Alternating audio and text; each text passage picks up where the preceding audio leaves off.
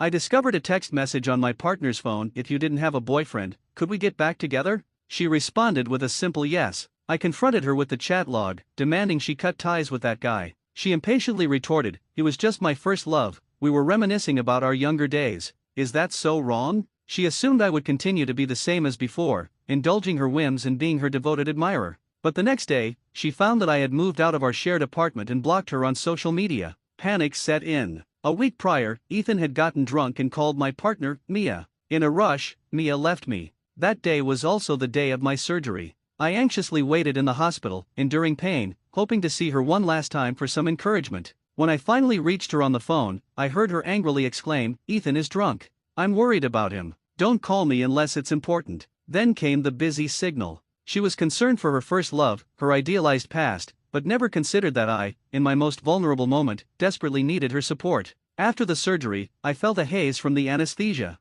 The empty ward, the silent phone, and the unresponsive mailbox left my heart feeling numb. I had never been angry with Mia. No matter how she treated me, I had always been compliant in love, as if it were the first day. But this time, I felt exhausted. After leaving the hospital, I stayed at a friend's place instead of returning to our apartment. Eventually, Mia found me, bringing my favorite snacks and 2 movie tickets. She rarely offered me an escape. In the past, regardless of my temper, I would calm myself and then try to appease her, no matter who was right or wrong. Our relationship had always been like this. Friends would joke and tease me, calling me a love-struck fool, but I believed that if I cherished Mia enough, she would eventually recognize and appreciate my sincerity. This time, however, even though she came to offer me a way out, she did so with an air of righteousness. A grown man with such little tolerance. Didn't the surgery go well? Why can't you just give in like before? That one sentence made me realize that Mia had always understood my sincerity. She knew, but to her, my sincerity was insignificant, so she never valued it.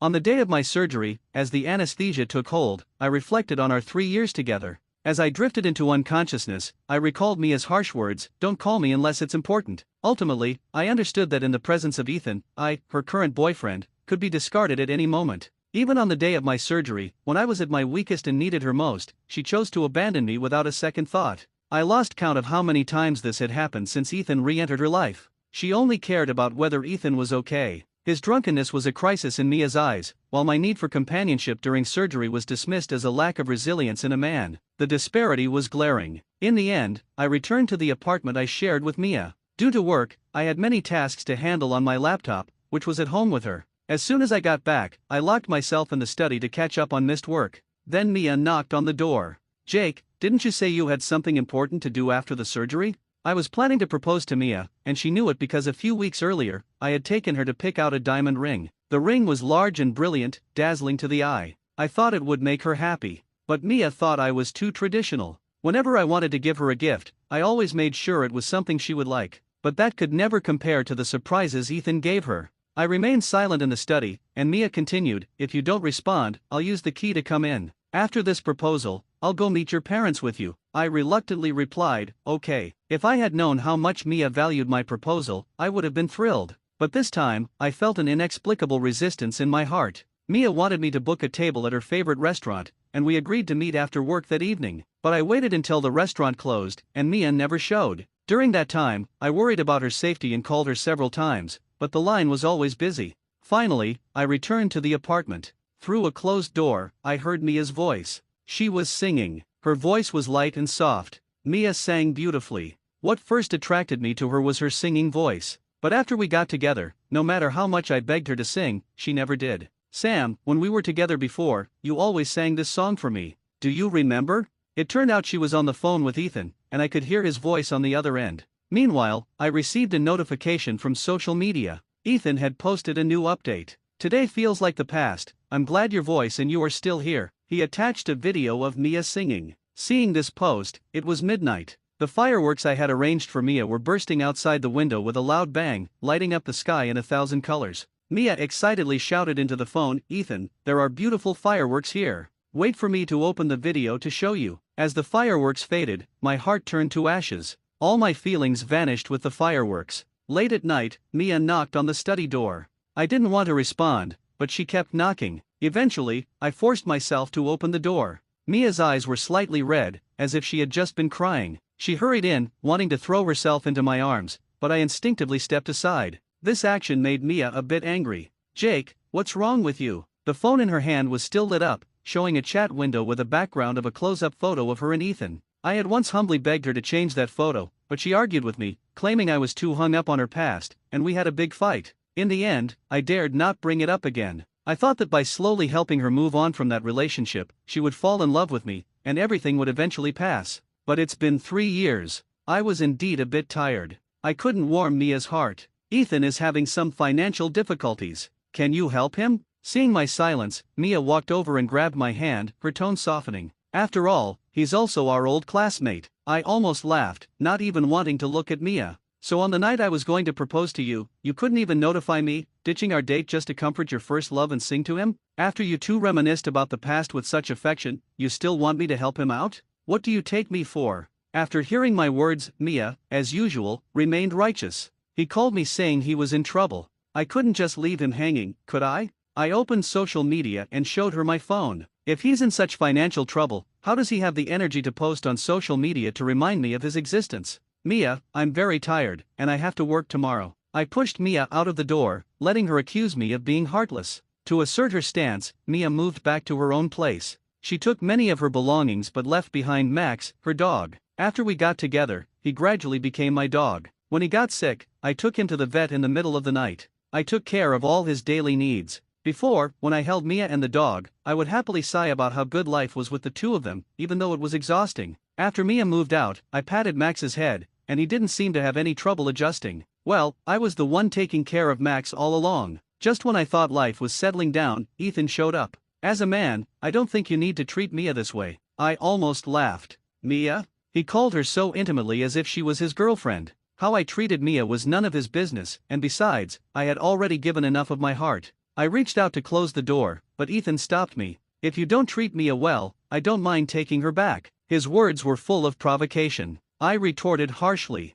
"Addicted to coveting someone else's things, aren't you?" As I expected, within minutes, Mia texted me saying we should break up, and Ethan also sent a provocative message. "She's not yours anymore." I turned off my phone, feeling overwhelmed by the noise. I still vividly remember the last time Mia said she wanted to break up. It started because I lost Mia's handmade bag. I had given Mia countless designer bags, but she cherished that one the most. After it was lost, she had a huge fight with me and heartlessly broke up with me. I thought it had a special meaning because she made it herself. So I stayed up several nights to make an identical one for her. But the difference was that I made this one more carefully, more complete, far better than the original rough one. When I presented the bag to Mia, she looked at it like it was a joke and stomped on it. "Jake, don't be so pathetic. No matter how well you make it, it will never be the same as that bag." She mocked me harshly, and I had to silently endure it. Later, I found out that the bag was precious to her because Ethan had given it to her. And no matter how many expensive bags I gave her or how well I made one, it was all useless.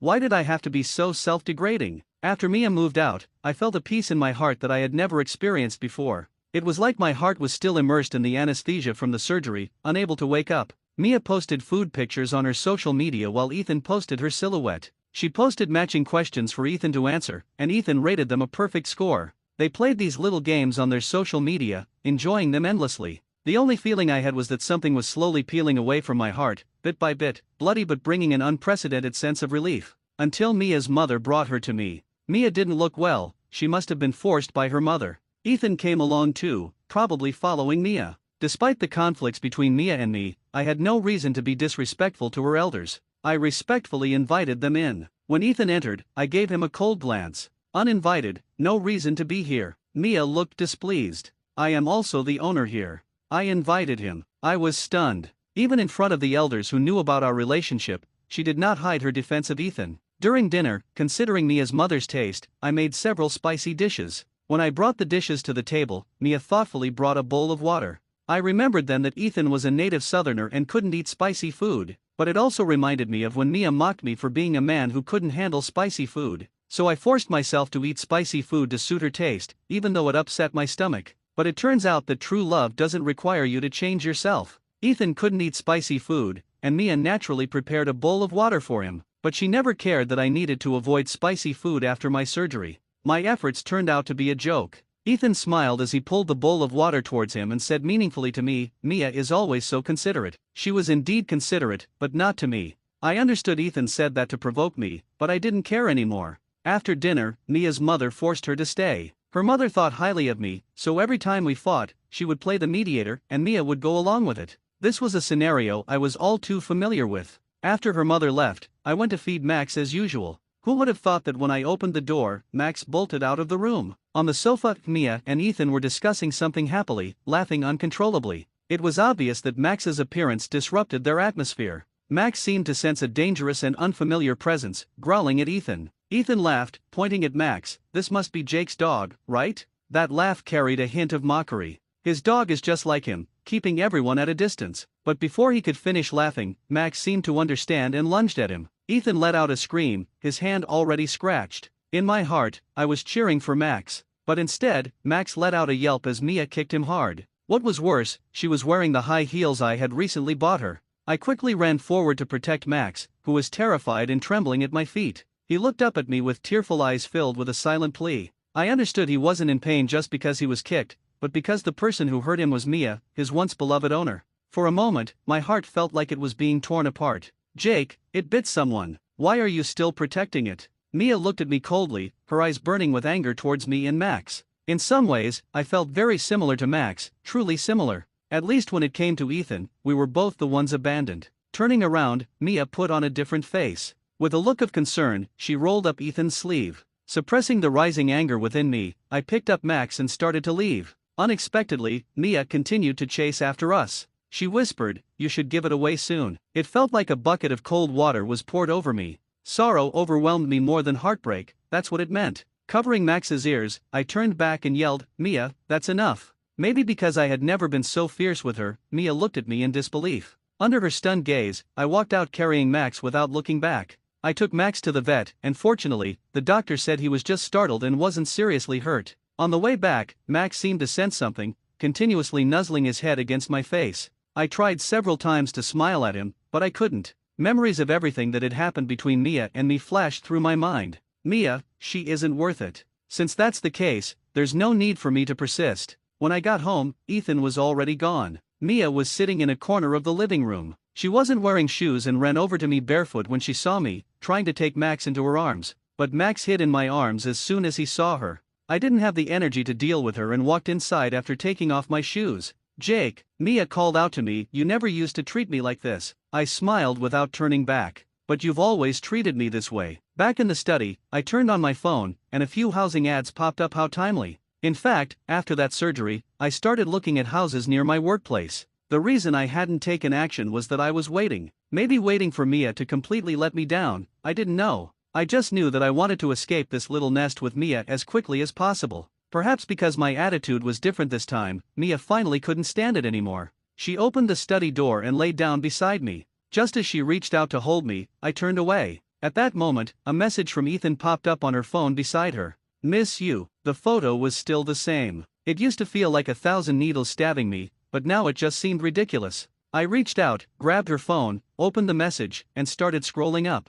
I just wanted to see how far these two could go. Their chats were casual but filled with a strong desire to share everything. Ethan was everywhere in Mia's life, I was just too blind to see it. Scrolling further up, there was another conspicuous and heartbreaking message. "If you didn't have a boyfriend, could we get back together?" So shameless, so disgusting. And Mia's short reply was even worse, "Yes." This message was sent right before Mia broke up with me. Mia seemed a bit guilty as she reached out to take her phone from me, her face remaining calm. "Jake, let's not fight, okay?" I sneered and handed her the chat log. "Fine, then delete him." Mia, feeling exposed, took the phone and impatiently questioned me. "He was just my first love. We were just reminiscing about our youthful days. Is that not okay?" I nodded in agreement. If it was so beautiful and he's still around, why reminisce? Wouldn't it be better to rekindle that beauty? If it was so wonderful, then stop making me sick. I moved out of the place I shared with Mia, quickly finding an apartment in the city. Previously, to let Mia sleep an extra half hour in the morning, we rented a house far from the city because her workplace was in a remote suburban area. But now, I no longer have to drive 2 hours round trip every day, feeling exhausted from driving and then coming home to work on project proposals.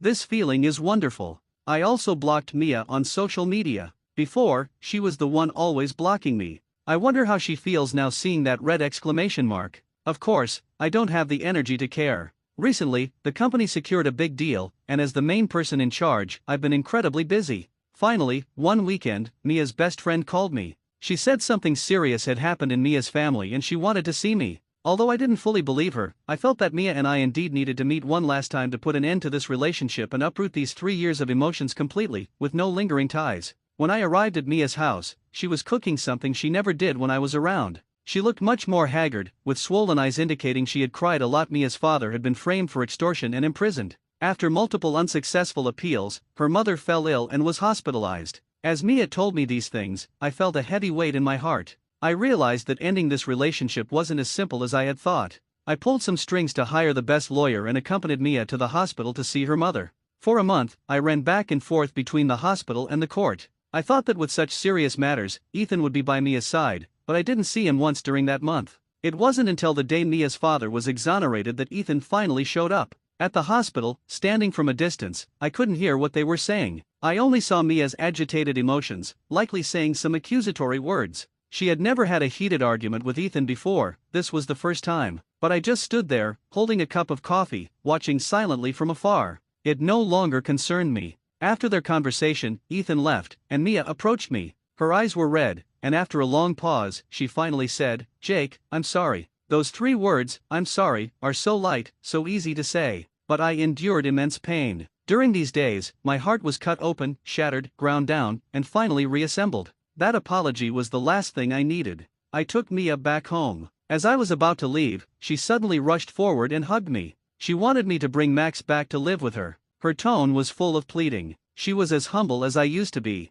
But I couldn't let her experience what I had because I knew how painful that was. I comforted Mia, had her sit down, and promised that if she needed help in the future, she could ask me. But Mia's tears wouldn't stop. So, I went to the room to get her some tissues. Upon entering the study, I was stunned. The layout was completely different. The succulents I kept on the windowsill were gone, replaced by basketball-themed curtains. The whole room was filled with a men's cologne I had never smelled before. Next to the bookshelf was a pair of leather shoes. They were Ethan's. I recognized them. He had posted about them on his social media, saying they were a meticulously chosen birthday gift from Mia. I just stood there for a moment, then grabbed the tissues from the desk. I should have known. Mia appeared behind me, calling my name softly, seeming a bit at a loss, hastily explaining, "Didn't I tell you Ethan was having financial troubles? While you were moved out, I thought the study was just sitting empty." I turned around and handed her the tissues, but her tears had already dried. "Remember to have Ethan transfer me the rent." Then I left without looking back. Mia started showing up frequently outside my office building. At lunch, she would bring homemade meals to my desk, and after work, she would wait for me at the main entrance.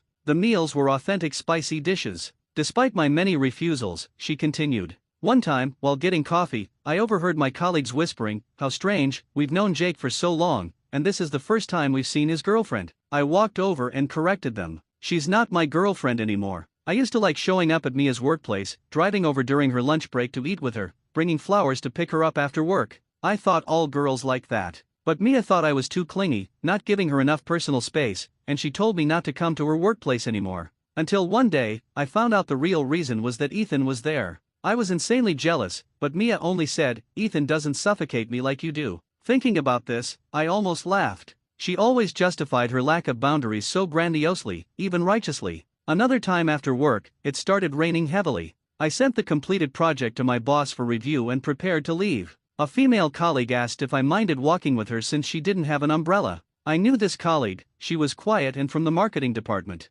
If it were before, I would have refused, fearing Mia might overthink it. But now, I just felt it was a simple favor. I agreed and walked with her. Stepping out of the company door, I saw Mia waiting there. She looked somewhat displeased, even a bit accusatory, but she still approached. "I drove here, I can give you a ride home." I raised the umbrella in my hand and said, "No need, besides, I've already agreed to help someone else." After getting home, Mia sent me a text. She said she now understands how I felt back then. I didn't reply. She wouldn't understand, her feelings are far from a fraction of what mine were. Life went on as usual, with Mia continuing to do the same things, making lunchboxes and waiting for me after work. She even started to care about Max, which was rare. She would ask what brand of dog food Max liked, buy various toys for him, and even took on the task of walking him. So, she was capable of doing all these things. Then what was it before? In front of Ethan, she chose to ignore both me and Max. I never thought there would come a day when Mia and I would reverse roles. But facing her enthusiasm, I couldn't muster any energy and was tired of dealing with it. Finally, on a rainy night, she appeared at my door in a sexy dress, soaking wet, seemingly having had some drinks, and started pouring out countless feelings of longing. It was then that I realized this should end. Fearing she might catch a cold, I let her in, gave her a towel, and prepared some ginger tea. I hoped that when this relationship ended, we could both leave with some dignity. Jake, you still care about me, right? Mia lay half reclined on the sofa, looking at me with a dreamy expression, her eyes filled with indescribable emotions. But I couldn't meet her gaze. I knew very well what it felt like to care. It was those restless nights, tossing and turning with anxiety. It was being so sensitive that every little move Mia made would tug at my heartstrings. It was choosing to give despite being covered in wounds. But it wasn't this feeling now. Before I could speak, Mia's phone lit up. I didn't mean to look, but the phone kept vibrating. It was the same old story, the screen showing a photo of Mia and Ethan with Mia smiling so happily. I forced a smile and gestured for Mia to answer. Looks like you should take care of your own matters first. That day, I insisted on driving Mia home. After handling all the company matters, I took a leave of absence to avoid seeing Mia again. But Mia was relentless. She texted, called, and even reached out to my friends. In the end, she contacted my parents. I had mentioned Mia to my parents many times before, always praising her to leave a good impression. My parents were eager to meet my girlfriend, but Mia never agreed. I had begged Mia to meet my parents once. She always said she didn't have time and to wait a little longer. That wait lasted 2 years. Later, I realized she just didn't want to meet my parents. She had time to go on dates with Ethan under the guise of friendship, time to accompany Ethan to his favorite basketball games, but no time to visit my parents with me. When my parents arrived, Mia was with them. It looked like Mia had charmed them, making them very happy. As they entered, my parents had smiles on their faces. During dinner, Mia maintained the image of a good girlfriend, serving me food and talking about my habits like she knew them by heart, making jokes to entertain my parents. God knows how much I had longed for this scene, but now, it filled me with dread. After dinner, I pulled Mia into the room. Now that we've finished eating, you should go home. And don't contact my parents again. Mia was stunned and then became agitated. She didn't expect me to be so heartless. Jake, just because of what happened with Ethan, you're shutting me out completely? Didn't you used to tolerate and forgive me? As soon as the words left her mouth, she realized she had said something wrong and stopped. But in my mind, I could already hear the next word she wanted to say. Why can't you continue to tolerate me now? Why can't you continue to watch as my balance tips towards Ethan while still pampering me, letting me do as I please? Why can't you continue to watch me reminisce about my first love's sweetness, getting jealous and losing your mind? Why can't you just bear with me a little longer? So she knew all along. She knew I was tolerating her, which is why she kept pushing my limits. She knew about boundaries but kept crossing them because she thought I could take it, hurting me repeatedly. That's why when I was facing surgery alone, knocking on death's door, she was with her drunk first love, not even calling me once that night. That's why she could reminisce about her shameless sweet past right in front of me. With a loud bang, I shoved Mia out and slammed the door shut. Only then did the world feel quiet. In the following days, as I wished, Mia didn't disturb my life. But Ethan frequently sent me messages. It was nothing more than updates about Mia's condition. Mia locked herself in our old apartment every day, refusing to see anyone. She neither ate nor drank, her complexion deteriorating rapidly. After one of Ethan's calls, I heard Mia's weak voice in the background. Jake, I want to see you one last time. My heart raced, fearing she might do something drastic, so I hurriedly drove to the location Ethan had sent. Upon arrival, I realized it was the park where Mia and I had our first date. Here, I had solemnly confessed my love to her, promising to love and protect her. But time had passed, and the old park had been renovated, replaced by towering buildings. The old playground equipment was still there but abandoned in a corner, worn out and lifeless, no longer filled with the vitality and joy of the past. Just like my feelings for Mia. Mia seemed to have aged overnight. Seeing her condition, I realized Ethan's messages were true. But I didn't feel heartache, instead, I felt guilt and helplessness. Mia forced a smile and asked if I remembered this place. How could I not remember? I remember, but there's no need to reminisce, is there? Seeing her hopeful eyes, I thought long and hard and could only come up with this response. She nodded in disappointment. Ethan, standing nearby, grabbed my collar, his face twisted with anger, gritting his teeth. How can you be so heartless? Look at her, I replied with a heavy punch. I've had enough of you, Ethan. There was a rush of satisfaction in my heart. It should have happened long ago. I always knew about the feelings between Mia and Ethan. As classmates, I witnessed their college romance, their graduation, and their eventual separation due to the challenges of a long-distance relationship. After graduation, I thought Mia and I, like many college friends, would never meet again, like two parallel lines that would never intersect. Until later, when we met by chance in this city, and our paths began to cross. We started as friends. When she argued with someone, I was there for her. When she made up, I was happy for her. Eventually, she went through a breakup. On a rainy night, she cried so hard she could hardly breathe. It was then that I realized she already had a significant place in my heart. I swore to help her move past this relationship and to make her better and better. In this city, we worked hard together, from having nothing to gradually improving our lives. Only then did I dare to confess my feelings to her. When I confessed, she smiled and playfully called my name, saying, "I knew you liked me long ago." After getting together, we were like any other couple, eating, watching movies, walking down the streets. We were each other's shelter in stormy times, moving forward together. We had many unforgettable moments. I once thought Mia and I could love each other forever. Until Ethan reappeared in her life. Maybe, as Ethan said, it was because of a job transfer, or perhaps the real reason was that he couldn't let go of Mia and came to the city. Since Ethan reappeared, our relationship began to decline, like sliding down a playground slide. But did Mia really find it so hard to let go of Ethan? I don't think so. She just enjoyed my love while recklessly reminiscing about the past. Being abandoned time and again, repeatedly disappointed, my feelings for Mia slid to their lowest point. So, I decided to let go. Because of the big contract I secured last time, I gained recognition from my superiors, and they want to promote me to the company's headquarters in a major city. I once had a similar opportunity for promotion, but I resolutely refused. Because I couldn't bear to let Mia go through another long-distance relationship, even though I knew that even if it were a long-distance relationship, I would do better than Ethan. But I still wasn't willing. For every broken part of Mia, I was willing to help her pick up the pieces and mend them. For all the bittersweet experiences she went through, I was willing to cherish them. So, I never told Mia about this. But after all this time, this opportunity has come back to me, and I no longer have a reason to stay in this city. This time, I didn't tell Mia either. There was no need to tell her. But before I left the city, Mia came to find me. She brought 2 rings. With a somewhat surprised look on my face, she handed me the larger ring and asked me if I could propose to her. She seemed to have prepared for the worst. She said that after this time, she wouldn't bother me anymore. I found it somewhat amusing. Twice, I had wanted to propose to her, but both times I couldn't because she abandoned me. Once she abandoned me on the cold operating table, and once she abandoned me amid the fireworks I had prepared for her.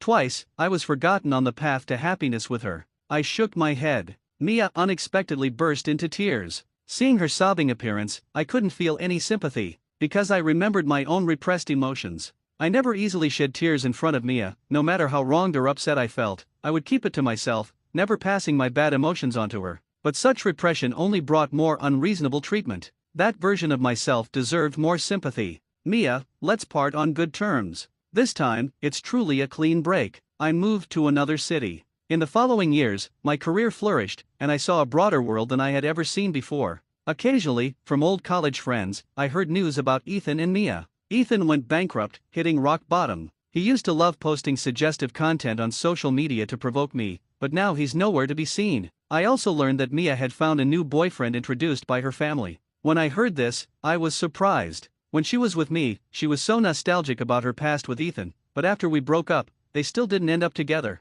Perhaps that's just how people are always craving what they can't have. One calm afternoon, I stood in the tallest office building, holding a cup of coffee, overlooking the city. I received a message from Mia. She said, "I'm getting married. Can we meet one last time?" She added, "Jake, I hope you can come." I opened the friend interface and chose to block her. Mia still hadn't changed her ways, and I didn't want to be Ethan. My partner is the reigning swimming champion of the city. When both her unforgettable first love and I fell into the water, she didn't hesitate to save him. After she pulled him to safety, he looked at me with a smirk and said, "Sorry, Mia is too tired to save you. You'll have to figure out how to get out on your own." I struggled in the water, and my partner Mia regarded me with contempt. "You must have pushed Jake, otherwise, how could he have fallen in?" I was running out of strength and began to sink. Mia, however, panicked. "Help! Help!" Jake and I shouted for assistance, but Mia didn't even glance my way. She dove into the water and swam straight toward Jake as if I didn't exist. "Jake, are you okay?" I watched Mia's back, wanting to call for help, but the river water rushed into my mouth and nose, filling them instantly.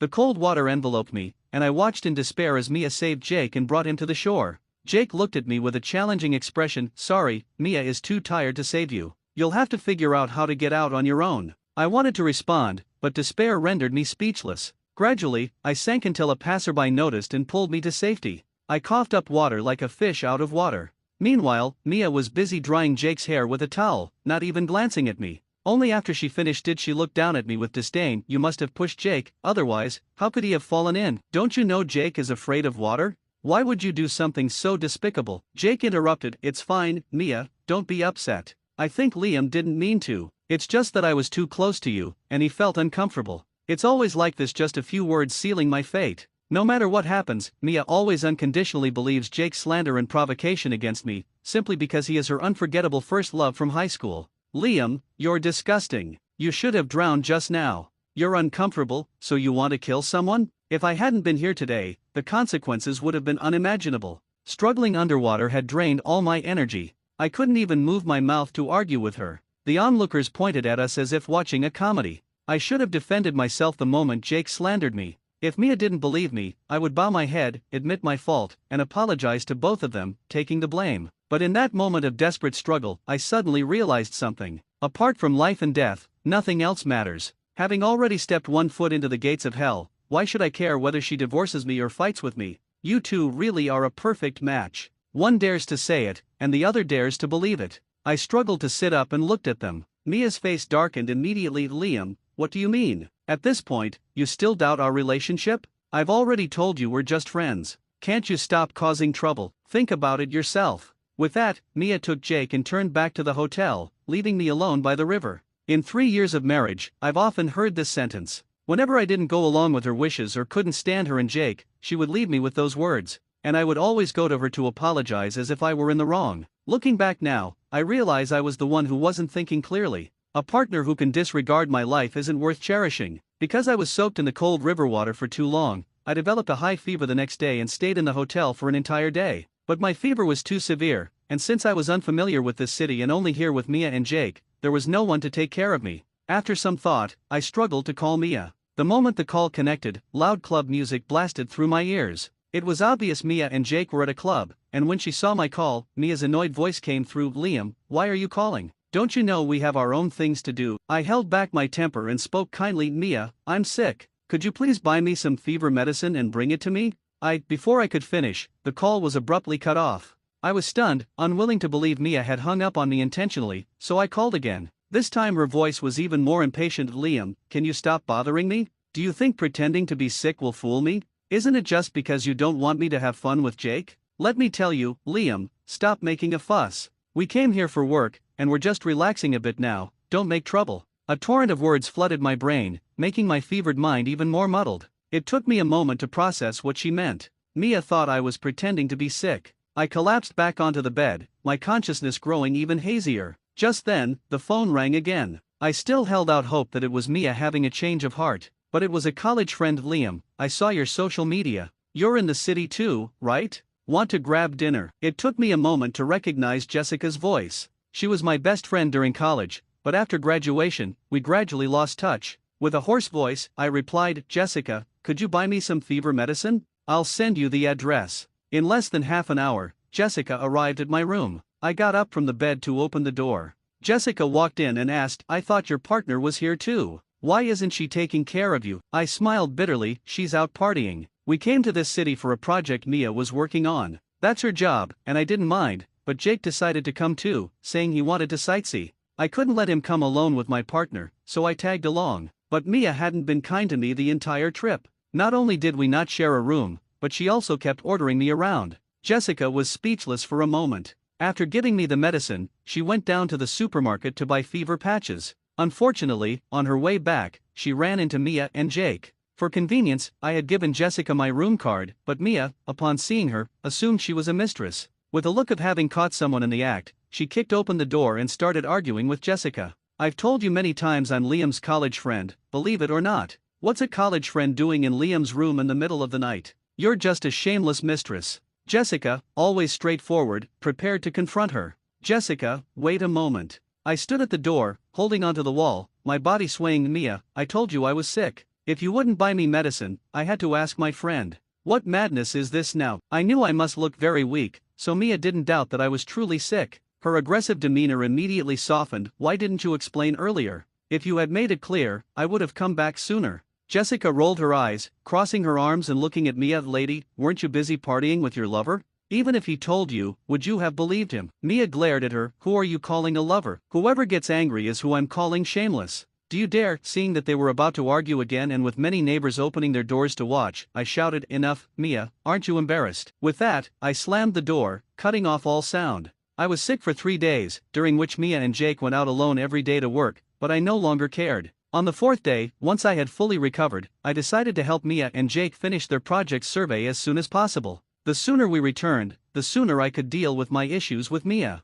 I needed to reconsider our marriage. Who would have thought that upon reaching the equipment truck, I would overhear Mia and Jake talking? On a whim, I turned on the recorder, feeling that I might capture something important. What should we do? This equipment is broken. That was Mia's voice. This equipment costs over $1 million. None of us can afford to replace it. There was a moment of silence, and then Jake spoke. I remember Liam's family has money, right? Yes, his parents run a business. What do you mean? Let's blame it on him. No one will know. When they came out and saw me sitting on their temporary camping chair, they were all taken aback. Liam, when did you get here? I curled my lips into a sneer and replied, just now. Where did you guys go? I didn't see you. Mia's face showed a bit of discomfort, but Jake remained calm. Didn't you hear us talking earlier? No, I shook my head. Sure enough, both Mia and Jake breathed a sigh of relief. Then Jake gave Mia a significant look right in front of me, but I saw it all and watched them pretend with amusement. Mia walked over to me and asked gently if I was feeling better.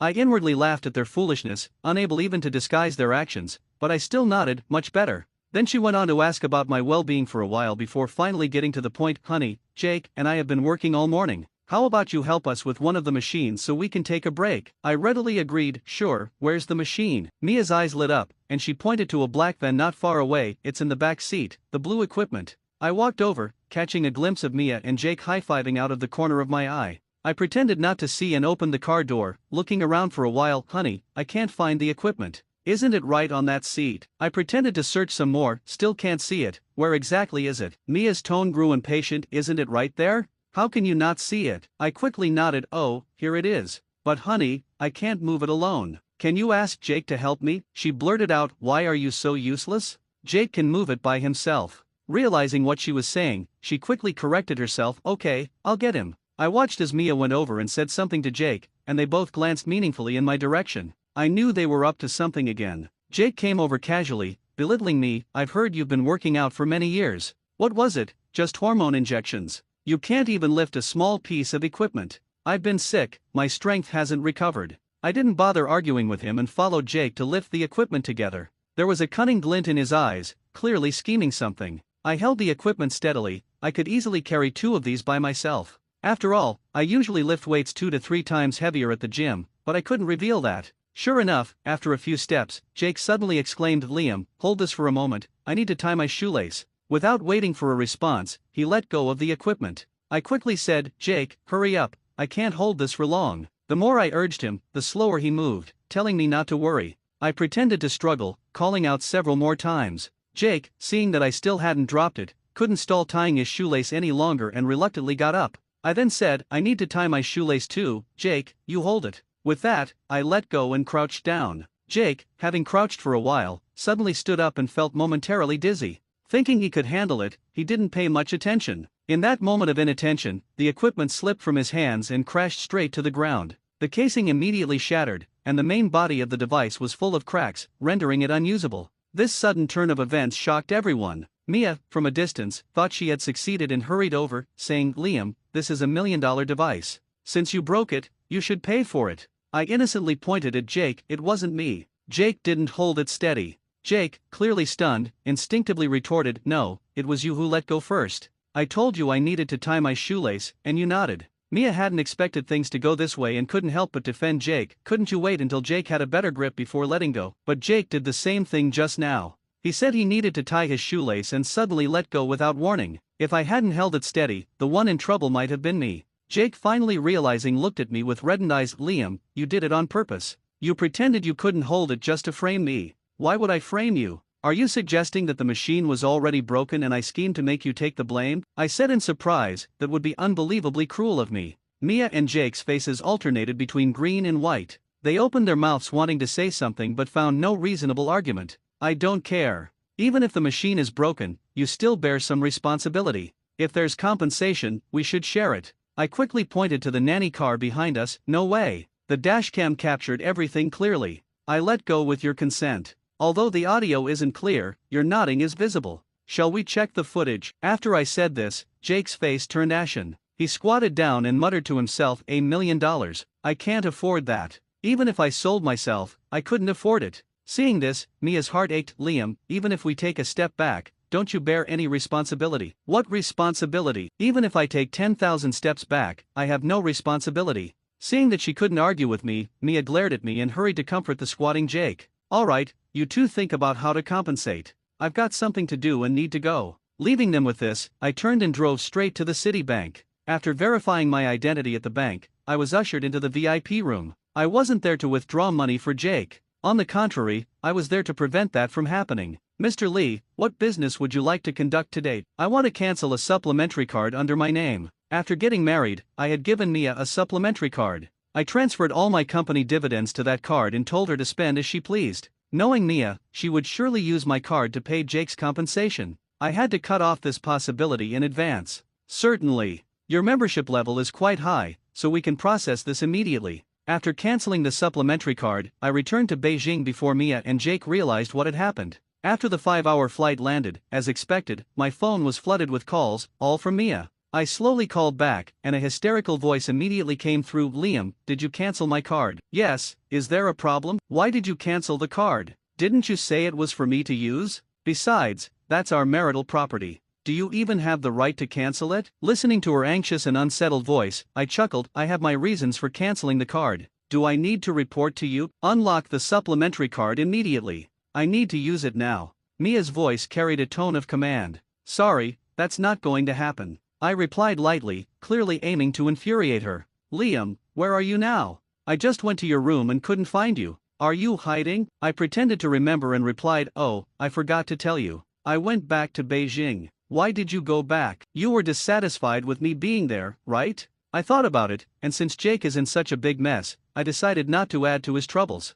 Mia cursed me viciously on the other end, but I acted as if I didn't hear it. I even boredly picked my ear. Oh, and by the way, come back soon. Let's get a divorce. I dropped this bombshell and casually hung up the phone. After returning, I went to the company first. I instructed the receptionist and the security department to ensure that Mia wasn't allowed in if she caused trouble. They should call the police directly. Then I went back to our downtown home and had the locks changed. I packed my bags and booked a month-long trip to Europe.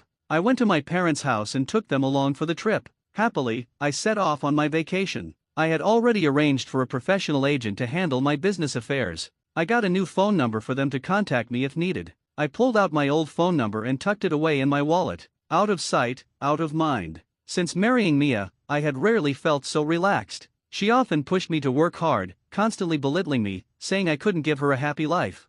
Fearing that such a thing might happen, I worked like crazy. As the boss, I arrived at work earlier than everyone and left later than anyone. For the past 3 years, my nerves had been taut like a string, never relaxing. Breathing in the moist air of an unknown European town, I felt my body and mind unwinding. Looking back, I couldn't believe how I had survived those days. After a comfortable month-long trip with my parents, I boarded the plane back home. My parents seemed to sense that there were problems in my marriage with Mia, hence the vacation, but no one dared to ask, fearing it would upset me. I had once loved Mia so much that I wouldn't marry anyone but her in this lifetime. I didn't explain to my parents. They were old, and getting upset wasn't good for them. I decided to handle my problems on my own. After returning home, I reinserted the phone card that had been dormant for a month. As expected, as soon as I inserted it, a flood of calls and messages poured in. In fact, Mia had bombarded my social media accounts, but I had blocked her everywhere, which gave me some peace. I didn't even bother to read the hundreds of messages. I just called Mia, when are we getting a divorce? On the other end was Mia's hysterical voice. Liam, where have you been this month?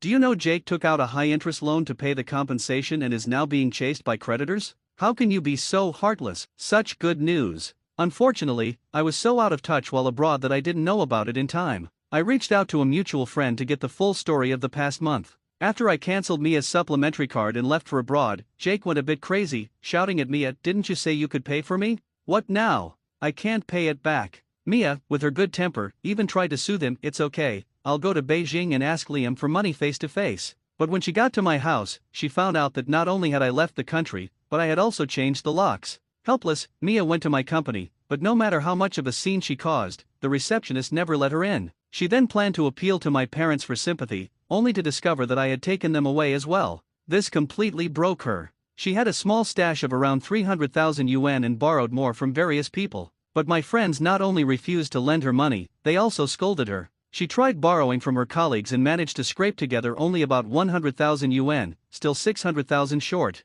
The lad that owned the damaged equipment was urging Jake to pay up, so he gritted his teeth and borrowed 600,000 yuan from local loan sharks, agreeing to repay 700,000 yuan within a month. Who knows where he got the confidence to think he could repay the money? Maybe he thought with Mia, he could still extract money from me. A month passed, and debt collectors caused a ruckus at Jake's company, resulting in him losing his job. He hid elsewhere but was found and beaten by the collectors, ending up in the hospital. The loan sharks called everyone around Jake incessantly. Now he was abandoned by everyone except Mia, who still stayed by his side in the hospital. My friend told me this vivid story, and I couldn't help but laugh. He advised, the most important thing now is to divorce Mia, but I doubt it will be easy. I reassured him, don't worry. I have evidence. If Mia agrees to the divorce amicably, that's fine, but if she causes trouble and takes it to court, it won't just be a simple divorce. Sure enough, as soon as Mia heard I was back in the country, she rushed to find me. She looked quite haggard from taking care of someone and walked briskly towards me as soon as she saw me. Liam, where have you been this past month? Do you know how hard it's been for us here? I know. So what does that have to do with me? I replied emotionlessly. I'm still your wife. Is there a problem with me wanting to use our joint marital property? I watched her rage and said, didn't you receive my divorce agreement? You leave with nothing. Why? I didn't cheat. I sneered and played an audio recording from my phone. It's not just about cheating. I have reason to believe that you married me with ulterior motives. You're talking nonsense. Mia had been angrily cursing me but quickly fell silent as she heard the voices from the phone. What do we do? This equipment is broken. It was Mia's voice. This equipment costs over $1 million. If we break it, neither of us can afford to pay. The clear voices of the two filled the room. Mia muttered in disbelief, you knew. You knew everything. So what if I knew? Mia's eyes suddenly flashed with malice as she glared at me. So you deliberately called Jake over to help you move the equipment just to frame him? I frowned at her wording. Wrong. Jake tried to frame me but ended up harming himself. Mia, I'm the victim here. I only avoided your trap. Everything you and Jake are facing now is what you deserve. And let me tell you, if you don't agree to the divorce, I'll submit this recording to the police. You and Jake might end up meeting in prison. Hearing my last words, Mia finally showed fear, lowering her once proud head. Liam, you're something else. Doesn't 3 years of marriage make you feel any pity? For people like you, it's not worth it. I replied coldly. Watching Mia sign the divorce agreement, I immediately sent it to my lawyer and scheduled the formalities for a month later. There's a 1-month cooling off period for divorces now, but I won't regret it. That incident made me see Mia's true nature and realize that my 3 years of feelings were not worth it. That's why I could walk away so firmly. Otherwise, I would still be trapped in Mia's manipulations, unable to break free. A few days later was a class reunion, which I attended. My classmates knew about my divorce and didn't try to persuade me otherwise. Only Jessica patted my shoulder. The day at the hotel, I wanted to advise you to get a divorce. But thinking about how you were in college chasing Mia like crazy, I was afraid you'd regret it after recovering, so I didn't say anything. I laughed. Back in college, I was poor at judging people. I would just throw myself at anyone I fancied. I replied awkwardly, Jessica, I just got out of a marriage. I don't want to jump into another one. She raised her hand to stop me, not the least bit embarrassed. Who's asking you to agree now? There's plenty of time in the future. She gave me a bright smile, and I smiled back. Indeed, there's plenty of time in the future. A month later, the day Mia and I had scheduled to finalize the divorce arrived. Mia seemed to have dressed up carefully. I couldn't tell if it was to celebrate the divorce or to make me regret it, but no matter how beautiful she looked, I couldn't care less. Let's go get the formalities done. Wait, Liam, you know once we go in, there's no turning back. I nodded indifferently. What was there to regret? Seeing my attitude, Mia bit her lip and stepped closer, but I regret it. Don't you want to give our marriage another chance? I quickly pushed her away. Just the mere touch made me feel disgusted. Mia, we both know the truth. Even if we go back, there will always be a rift between us. Whether you cheated or not, you've already crossed my bottom line. We are never going back. After I finished speaking, Mia seemed to finally give up, her face turning cold. Liam, you're really something. What I didn't see was her signaling to someone behind a nearby car. Mia and I entered the Civil Affairs Bureau together. Reflecting on the last time I came here, I was so excited and full of anticipation for married life. But now, looking back, that kind of life only existed in my memory because I married Mia, so it could never happen. The The procedures were completed faster than I expected, and I breathed a sigh of relief as I held the divorce certificate. It was all over. Perhaps seeing my relaxation, Mia's face turned extremely ugly. "What? Divorcing me makes you so happy?" I laughed twice. "Sorry, you noticed. Since you noticed, I won't pretend anymore." After leaving the Civil Affairs Bureau, I walked to my car, ready to open the door, but Mia suddenly approached me. Even though we're divorced, it was a peaceful divorce. Why not give me a ride? I didn't even look at her. "Sorry, it's inconvenient. I have to pick someone up later." Jessica had just come to Beijing for a business trip and had arranged to have dinner with me. I was busy replying to her. Mia glanced at my phone, her tone angry. "Chatting with a woman, huh? I can't believe you found someone else right after our divorce." Trying to guilt-trip me again, I sneered and retorted, "Better than you finding someone before the divorce." I was chatting with Jessica and didn't notice when Mia disappeared. Suddenly, Jake's voice came from behind me. "Liam, if it weren't for you, I wouldn't be in this situation. It's all your fault. Let's go to hell together." I didn't have time to react. Looking up, I saw Jake rushing at me with a gleaming knife. I dodged the fatal spot, but the knife still stabbed into my chest. All the strength in my body seemed to drain away, leaving me empty. I watched as blood spurted out. There were few people on this road at this time. Jake, realizing what he had done, turned and ran. The Civil Affairs Bureau staff came out and saw me lying in a pool of blood. They screamed and quickly called an ambulance. When I was being lifted into the ambulance, I was barely conscious, grabbing a doctor's hand and shouting, "The culprit is Jake, and Mia is an accomplice." I don't know if the doctor heard me as I passed out. When I woke up, I was already in the hospital. My chest hurt terribly, and even the slightest movement felt like it was tearing. I had no choice but to move my eyes and saw Jessica sleeping beside me, holding my hand. I gently moved my fingers, and Jessica immediately woke up, pleasantly surprised. "You're awake.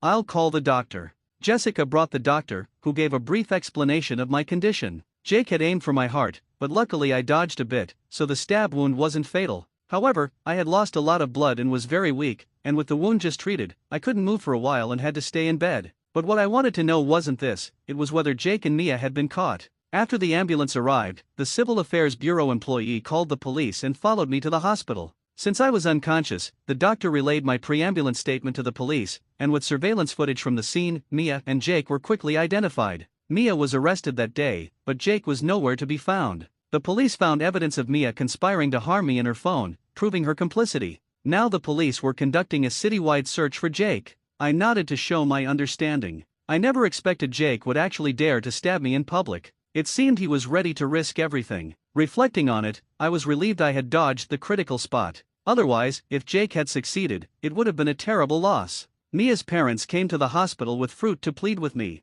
Even though I had been their son-in-law for 3 years, I still remembered how they had tried to exploit me for money. Mia's mother sat by my bed and glanced at Jessica, who was peeling an apple. "Could the nurse step out? We have something to say." "Auntie, you can speak freely. This is my girlfriend." Jessica's eyes lit up as she looked at me. I nodded at her while Mia's mother looked displeased. "You found a girlfriend right after divorcing Mia? Were you seeing her before the divorce?" "Stop. I don't need to explain my fidelity to you. But Mia conspiring to murder me isn't exactly irrelevant." Mia's mother looked embarrassed. "I'm here to persuade you. After all, you and Mia were married for 3 years. Can't you let this go over a minor issue?" "Minor issue?" I frowned. I was stabbed and almost died. As a parent, how would you feel if someone did this to Mia? Mia's mother stubbornly said, "But you didn't die, did you?" Looking at her face, which resembled Mia's, I felt nothing but disgust. "Rest assured, if I had died, your daughter wouldn't be alive either. Attempted murder carries the death penalty." Maybe Mia was misled by that Jake.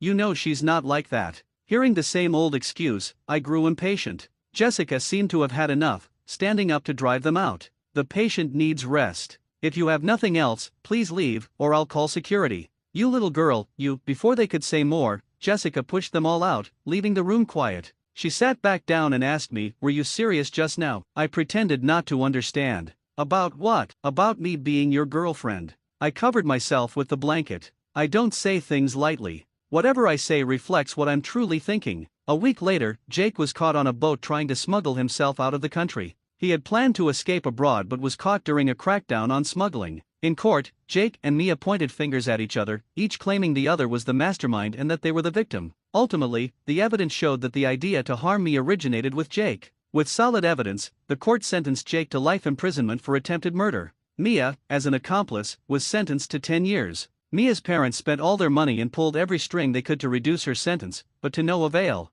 They all received the punishment they deserved.